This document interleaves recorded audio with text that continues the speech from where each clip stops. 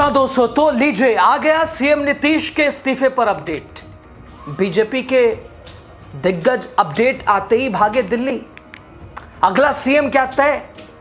दिल्ली और नीतीश, भारतीय जनता पार्टी आमने सामने। दोस्तों, क्या शुरू हो गई उल्टी गिनती? क्या नीतीश का शुरू हो गया काउंटडाउन? उंगलियों के गिनती के दिन बचे अब। दोस्तों, बिहार वो प्रदेश जिसे लोकतंत्र की जननी कहा जाता है, आज उसी प्रदेश, उसी बिहार के जनादेश के साथ क्या दिल्ली ने बंद कमरों में सौदेबाजी की तैयारी शुरू कर दी है? दोस्तों, जिसके प्रभाव से अब बिहार में भी एक बार राजनीतिक हलचल शुरू हो गई है। अब नीतीश कुमार के सियासी उत्तराधिकारी को चुनने की कवायद बेहद तेज हो गई है। यानी यह कह लीजिए, जिसका इंतजार था वो दिन नजदीक आ रहा है। गिनती के दिन बचे हैं। सियासी गलियारों में नए मुख्यमंत्री को लेकर तरह तरह की चर्चाएं। खबर के 10 अप्रैल को दिल्ली में बीजेपी की एक बड़ी बैठक होने वाली है। और कहने को तो यह मंथन है, लेकिन हकीकत में यह बिहार की कुर्सी को हड़पने की बीजेपी की वो पुरानी भूख है जो छोटे दलों को निगल कर ही शांत होती है। तो आखिर कब दे रहे हैं साहब इस्तीफा? और क्यों आनन फानन में बीजेपी ने अपने तमाम बड़े नेताओं को दिल्ली तलब कर लिया? क्या चल रहा है बताते हैं आपको। नमस्कार, द राजनीति बिहार का आप खास सेगमेंट देख रहे हैं। मैं हूं आपके साथ यासू प्रसाद। दोस्तों, तारीख 10 अप्रैल, जगह देश की राजधानी दिल्ली, जहां बिहार के दिग्गजों का जमावड़ा लगने वाला है। भारतीय जनता पार्टी के, एनडीए के नहीं।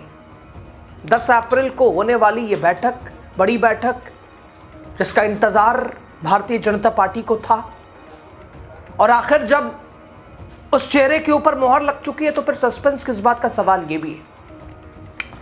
तो वहां कि वो ना खुश हो जाए, वो नाराज ना हो जाए, इसे मनाने की कोशिश भी हो रही है। दोस्तों, बैठक बीजेपी के राष्ट्रीय अध्यक्ष नितिन नवीन की अध्यक्षता में होनी है।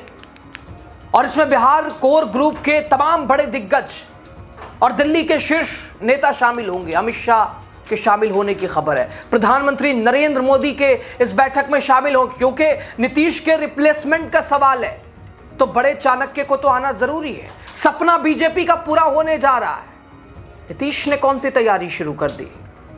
दोस्तों, इस बैठक में बिहार प्रदेश अध्यक्ष संजय सरावगी, डिप्टी सीएम सम्राट चौधरी, विजय सिन्हा, इसके अलावा नित्यानंद राय, संजय जायसवाल, क्षेत्रीय संगठन महामंत्री नागेंद्र जी, प्रदेश के संगठन महामंत्री भीखू भाई, दलसानिया भी रहेंगे। दोस्तों, ये वही चेहरे हैं जो कल तक नीतीश कुमार को कोसते थे, फिर उनके चरणों में बैठे और अब उन्हें कुर्सी से उतारने की तैयारी में लगे हैं। दोस्तों, सत्ता की हवस तो जरा देखिए। नीतीश कुमार जो कभी पीएम मटेरियल अपने आप को कहे जाते थे, या कहे, उनको सुनने में भी अच्छा लगता था, कहलवाते भी थे, महसूस भी करते थे, आज उन्हें बीजेपी ने रिटायरमेंट की राह पर ढकेल दिया है। उस तिराहे पे वो खड़े हैं जहां ना आगे जा सकते ना पीछे जा सकते। 10 अप्रैल की वो तारीख होगी जब नीतीश कुमार राज्यसभा की शपथ लेने जा रहे हैं। तो वो महज सिर्फ एक सांसद की शपथ नहीं होगी, बल्कि जेडीयू के अस्तित्व के खात्मे होने की शुरुआत, चूंकि विश्लेषक कह रहे हैं ये जेडीयू के खात्मे की शुरुआत होगी। हालांकि कुछ लोग इससे इत्तेफाक नहीं रखते कि नीतीश कुमार और उनकी जेडीयू, उनके रहते खात्मे का सवाल ही पैदा नहीं होता, चूंकि गठबंधन टेक और गिव के बुनियाद पे चलता है। एक हाथ से कुछ दिया तो कुछ लिया। और चाणक्य नीतीश कुमार क्या बिना समझौते यहां तक पहुंचे हैं? दोस्तों, सूत्रों की अगर माने तो 12 या 13 अप्रैल को, चूंकि 10 अप्रैल को नीतीश कुमार राज्यसभा की शपथ लेंगे और 12 या 13 अप्रैल को नीतीश कुमार इस्तीफा दे देंगे। जी हाँ, सही सुन रहे हैं आप। खबरें यह भी थी कि 6 महीने का वक्त है उनके पास, वो ग्रेस टाइम, क्या उसका इस्तेमाल करेंगे? ना, डील फाइनल हो चुकी है, कुर्सी छोड़ना पड़ेगा, बीजेपी हावी है।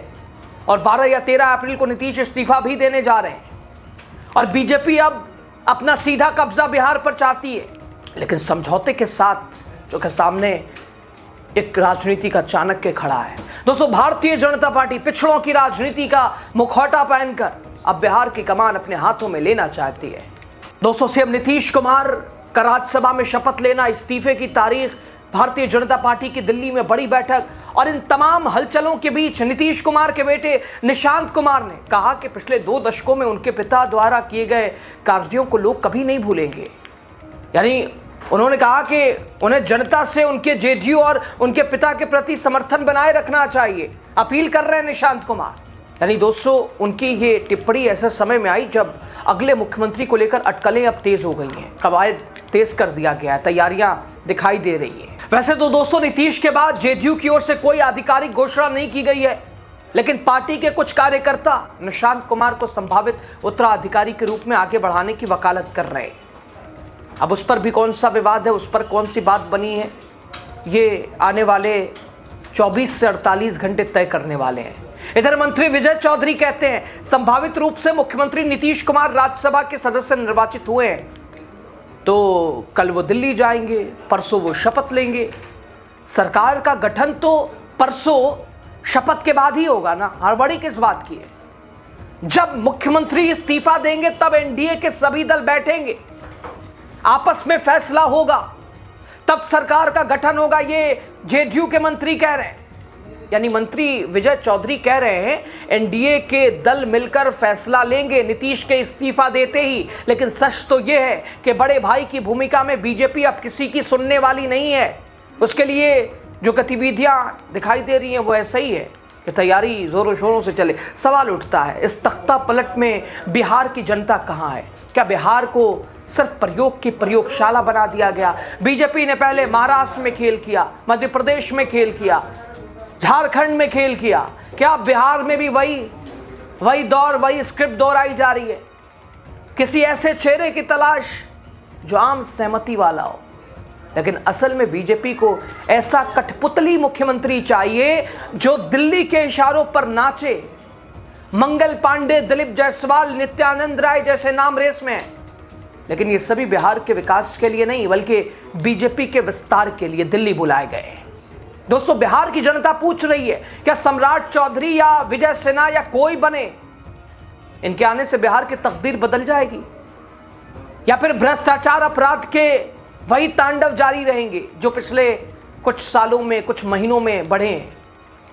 दोस्तों, बीजेपी की कोर कमेटी की इस बैठक में भीखू भाई दलसानिया, नागेंद्र जी जैसे संगठन मंत्री भी शामिल हो रहे हैं, जिसका मतलब साफ है आरएसएस का सीधा दखल अब बिहार सरकार में भी होने वाला है। उधर विपक्ष इस पूरे घटनाक्रम को लोकतंत्र की हत्या करार दे रहा है। खैर दोस्तों, नीतीश कुमार का राज्यसभा जाना उनके राजनीतिक करियर का सूरज अस्त होने जैसा है, ये सूर्यास्त होने जैसा है। यानी ये जो उगा हुआ सूरज था अब डूबने के कगार पे है। कुछ लोग हालांकि इस बात से इत्तेफाक नहीं रखते हैं, लेकिन कुछ लोग कह रहे हैं ना, सिचुएशन ऐसी पैदा की गई कि नीतीश ना खुदा ही मिला ना खुदाए विसाले सनम। दोस्तों, जिस नेता ने स्वैप की राजनीति को जन्म दिया, आज वो खुद उसी का शिकार हो गया। ओवरऑल दोस्तों, 10 अप्रैल को दिल्ली में होने वाली ये बैठक बिहार की राजनीति की टर्निंग पॉइंट होगी। लेकिन क्या नया मुख्यमंत्री बिहार की समस्याओं का समाधान होगा या फिर ये सिर्फ एक चेहरे को बदलकर जनता को गुमराह करने की कोशिश होगी? खैर, इतिहास गवाह है, जब जब दिल्ली ने पटना पर अपनी मर्जी थोपी है, बिहार की माटी ने करारा जवाब दिया है, बिहार की राजनीति ने करवट ली है। क्या वैसी कोई सिचुएशन पैदा? बीजेपी की ये सत्ता वाली भूख बिहार के आत्मसम्मान को कितनी चोट पहुंचाती है, ये तो खैर आने वाला वक्त ये बताएगा, साफ करेगा। लेकिन एक बात तय है, बिहार अब सिर्फ तमाशबीन नहीं रहेगा। और इस बैठक का अंजाम और परिणाम जो भी निकले, नीतीश के जाने पर असमंजस है, अलग अलग लोगों के बीच चर्चाएं हैं। खैर बहरहाल, सपना बीजेपी का पूरा होने जा रहा है तो भाई तैयारी वैसी ही है, दशकों पुराना ये सपना साकार होने जा रहा है। अब इस पर आप क्या कहेंगे? आखिर वो कौन सा समझौता है जिस पर बात बनी और नीतीश कुमार उन्होंने अपनी कुर्सी छोड़ने को एक तरह से कुछ नहीं समझा? ये भी कुछ दिन में दोस्तों साफ होगा कि आखिर वो कौन सी डील जो जेडीयू और बीजेपी के बीच हुई है।